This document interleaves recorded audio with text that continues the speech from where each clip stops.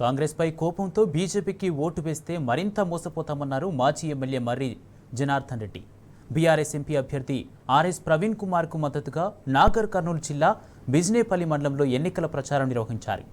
లింగసానిపల్లి, వసంతాపూర్ గ్రామాల్లో ఇంటింటికి తిరుగుతూ కారు గుర్తుపై ఓట్లు వేసి ఆర్ఎస్ ప్రవీణ్ కుమార్ను అత్యధిక మెజారిటీతో గెలిపించాలని కోరారు.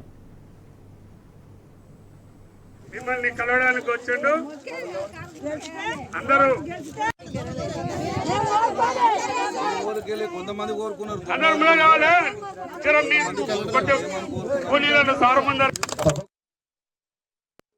అలా అధికారం పోయినప్పుడు ఇంకో పార్టీలకు పోతారు. కానీ ఆర్ఎస్ ప్రవీణ్ కుమార్ సార్ గారు రాజకీయాలకు సేవ చేయాలన్న ఉద్దేశంతో వచ్చిండు. అతను ఇలా రాజకీయాలకు రాకపోతే ఒక ముఖ్యమంత్రికి ఎంత గౌరవం ఉంటుందో అంతే గౌరవం సేమ్ ఆయనకు ఉంటుంది. ఆయన రాజకీయాలకు రాకపోతే ఈ తెలంగాణ డీజీపీ అవుతాడు. ఈ తెలంగాణలో ఉన్నటువంటి పోలీస్ అందరికీ ఆయన పాస్ అవుతాడు. కానీ నేను సల్యూట్ కొట్టించడం కాదు, నా ప్రజలకు సల్యూట్ కొట్టాలనే ఉద్దేశంతో రాజకీయాలకు వచ్చినటువంటి వ్యక్తిని ఎంపీగా గెలిపించుకోవాలి. ఇలా కొంతమంది బీజేపీ వాళ్ళు ఇదిగో మేము రామాలయం కట్టిన మాకు ఓటేయండి. మరి 10 ఏళ్ళుగా ఉన్నాడు నరేంద్ర మోడీ ప్రధానమంత్రి. మరి పనికి ఈ ఉపాధి హామీకి ఊళ్ళకి రేటు ఎందుకు పెంచలేకపోతున్నాడు? ఆ రోజు ఉన్నా కానీ రేటు ఎత్తుకుంటుంది. ఇలా ఉపాధి హామీగా దానికి గత్యంతరం లేదు. ఇలా దేశంలో 2 సార్లు ప్రధానమంత్రి అయ్యాడు, మళ్ళీ ప్రధానమంత్రి. నేను రామాలయం కట్టిన, రామాలయం దేవుడు ఉండాలి, అందరికి దేవుడు అంటే ఇష్టం.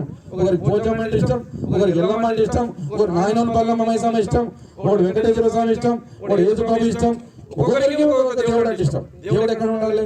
గుళ్ళో ఉండాలి, మన గుండెల్లో ఉండాలి. ఆ దేవుడిని రోడ్డు మీద ఇచ్చి ఆ దేవుడి పేరు మీద ఓట్లు అడుగుతున్నారు. అట్లాంటి బీజేపీకి ఓటేద్దామా? కాంగ్రెస్ పార్టీ మాయమాటలు చెప్పి మోసం చేసిన కాంగ్రెస్ పార్టీకి ఓటేద్దామా?